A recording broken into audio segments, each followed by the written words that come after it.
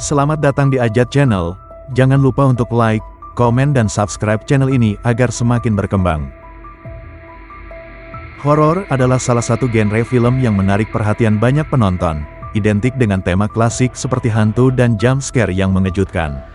Industri perfilman mengikuti perkembangan, horor berevolusi menjadi lebih variatif dengan subtema yang menakutkan. Tak heran jika film horor menjadi semakin beragam dan penuh kejutan demi menghadirkan pengalaman baru di kalangan para penikmatnya. Memasuki bulan baru, pecinta horor sudah tidak sabar menantikan deretan film yang siap tayang di bioskop Indonesia. Berikut adalah rekomendasi film horor terbaru yang bisa kamu tonton.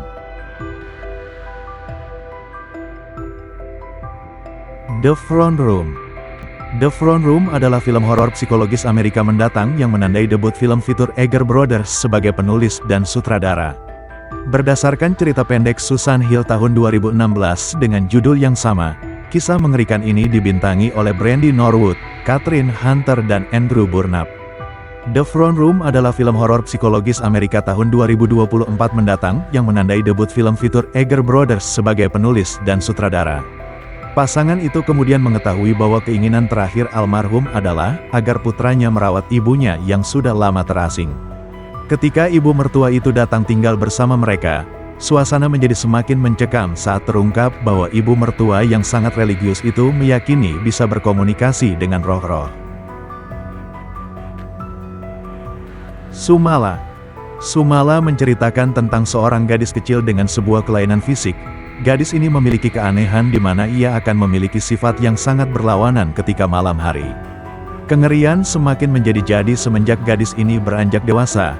Mulai banyak kasus anak hilang dan banyak kengerian juga mulai mendatangi desa tempat ia tinggal. Siapa pelakunya masih belum diketahui. Hanya satu nama yang mereka yakini sebagai dalang di balik hilangnya anak-anak desa.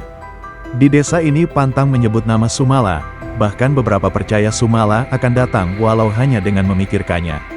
Para tetua melakukan banyak puja hanya untuk sekedar menenangkan sosok ini, dengan berbagai macam bunga hingga persembahan darah. Lembayung. Ternyata kisah ini diangkat dari sebuah cerita atau thread yang dibagikan melalui akun X tentang pengalaman mistis di sebuah rumah sakit. Cerita tersebut mengenai pengalaman yang dialami oleh Pika dan kawannya yang bernama Arum. Keduanya adalah mahasiswa dari jurusan keperawatan yang sedang magang atau PKL atau praktik kerja lapangan di suatu rumah sakit. Rumah sakit swasta tersebut diceritakan ada di salah satu kota di Jawa Tengah. Singkat cerita, mereka berdua ditugaskan di unit poligigi. Seperti kegiatan PKL keperawatan umumnya, praktik kerja awalnya berjalan lancar dan baik. Namun cerita sontak berbalik saat mereka terus diteror oleh gangguan mistis. Salah satu cerita yang paling viral adalah kemunculan wanita berpakaian merah yang masuk ke dalam poligigi dikala mereka berdua berjaga di shift sore. Strain Darling.